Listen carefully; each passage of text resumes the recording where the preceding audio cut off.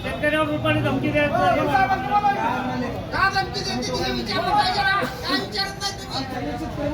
पण वाले आहे का नाही?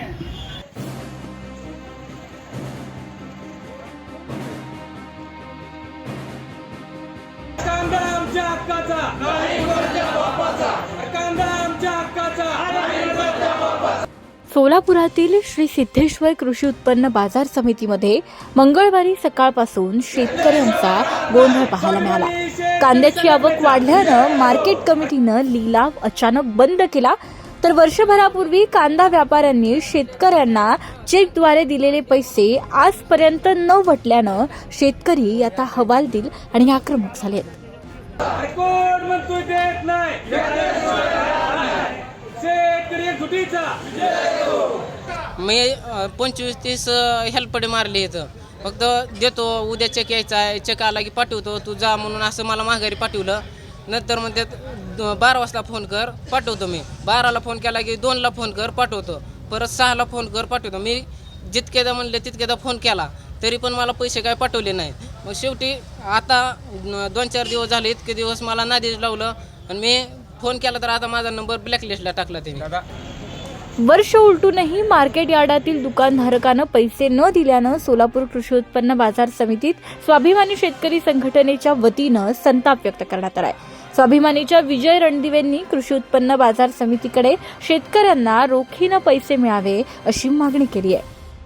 1300 रुपयांनी कांदा गेला आहे. 1300, 1200, 800, 700 पर्यंत असा कांद्याचा भाव या ठिकाणी गेलेला आहे. 74 कांद्याचं 74 पिशव्याचं 43,000 रुपयाचं बिल झालेलं होतं. 10,000 रुपये शेतकऱ्याला हेल्पाटे मारल्यानंतर दिलेले आहेत. 33,000 रुपयाचा चेक दिला होता. तो चेक बाउन्स झाल्यानंतर या शेतकऱ्यांनी वेळोवेळी वर्षभरात मागच्या हेल्पाटे मारलेत.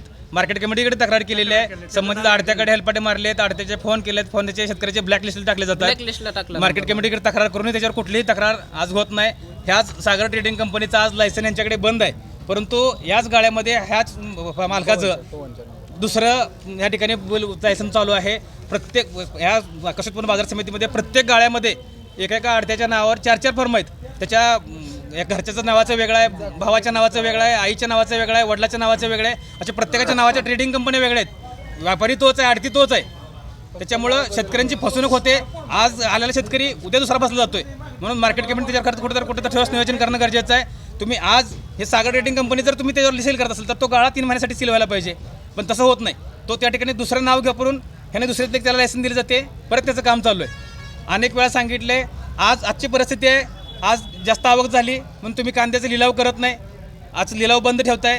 त्याचं नियोजन नाही म्हणून सांगतात. आमच्याकडे गाड्या भरण्यासाठी हमाल नाहीत किंवा गाड्या उतरण्यासाठी हमाल नाही सांगले. याचं नियोजन खरं शेतकऱ्यांनी करायचं का? याचं नियोजन हे मार्केट कमिटीने करायचं. त्या ठिकाणी वाजणारी जे मनुष्य लागणार आहेत त्याचं नियोजन करायला पाहिजे. तोपर्यंत हे नियोजन करताना दिसत नाहीत. इतक्या महिन्यांपासून आपल्या कष्टाच्याच पैशांसाठी ताटकळत असलेल्या या बळीराजाला आता तरी न्याय मिळणार का, हे पाहणं महत्त्वाचं आहे. Irfan Shaikh, Maharashtra Times online, Solapur. कांदा आमच्या हक्काचा, स्वाभिमानी शेतकरी संघटनेचा, स्वाभिमानी शेतकरी संघटनेचा.